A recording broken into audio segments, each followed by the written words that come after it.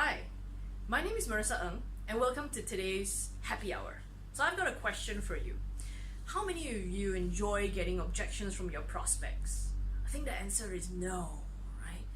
And sure, I had a tough time when I used to get tons of objections. I mean, I still do today. You know, when you're getting objections, it means that you're selling enough, you're getting your product out there enough. If you're not getting enough objections, then something is wrong, yeah? And I knew earlier on that when I got objections, it's rarely about me. It's really about them. And I never took any of these objections personally. That's why I keep going and I keep going and keep going. Yeah. And I met so many prospects that I could list down all these objections, and I used to have percentages around all the objections that I would get. You know, is the objection really about time? Is the objection about price? About the money, you know, about their busyness. You know, there's a lot of different types of objections that I will always get, but it's always good to list them down so that we're conscious the next time we get them.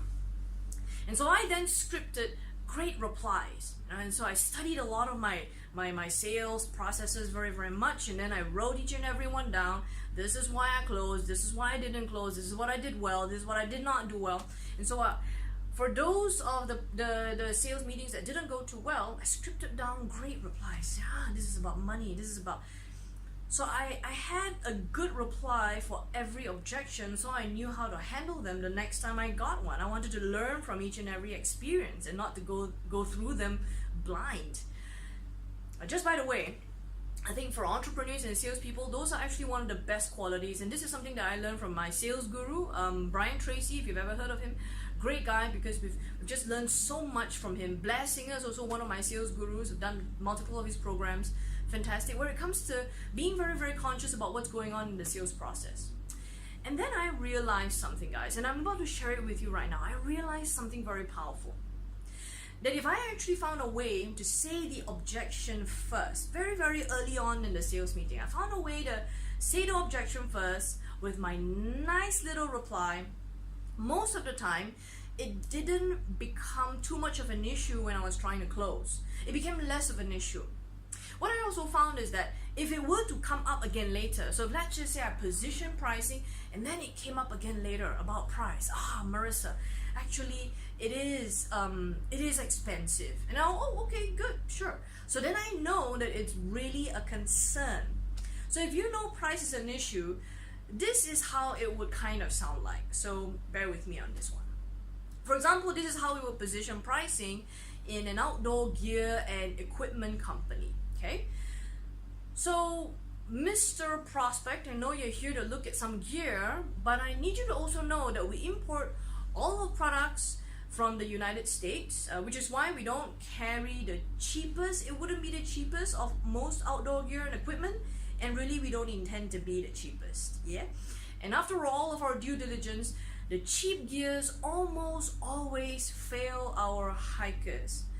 Now I reckon you wouldn't want that happening to you, would you? You're like, ugh. So you kind of put it out there, and that Mr. Prospect is just gonna go, ugh. I wouldn't, even if I wanted the cheap gear, I wouldn't say it here.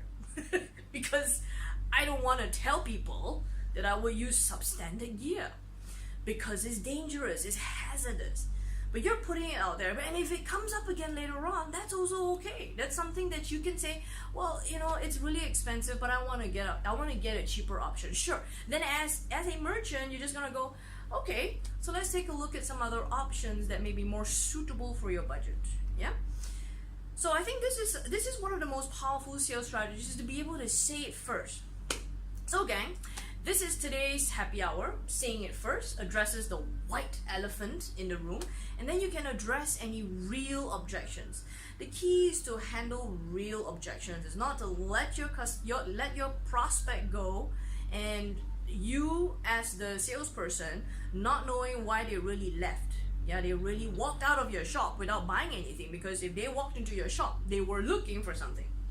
So then our job is to be able to address what really was the problem and getting the real objection versus the never mind, I'll come back next time. And we get loads of that. Yeah, I'm sure those of you who are out there, you run your own businesses, you get a lot of that all the time. So I hope you really enjoyed today's sip I'll see you next week. And just a gentle reminder, remember, have a great business and have a great life, because being in business is about having more life. And I'll see you next week. Take care.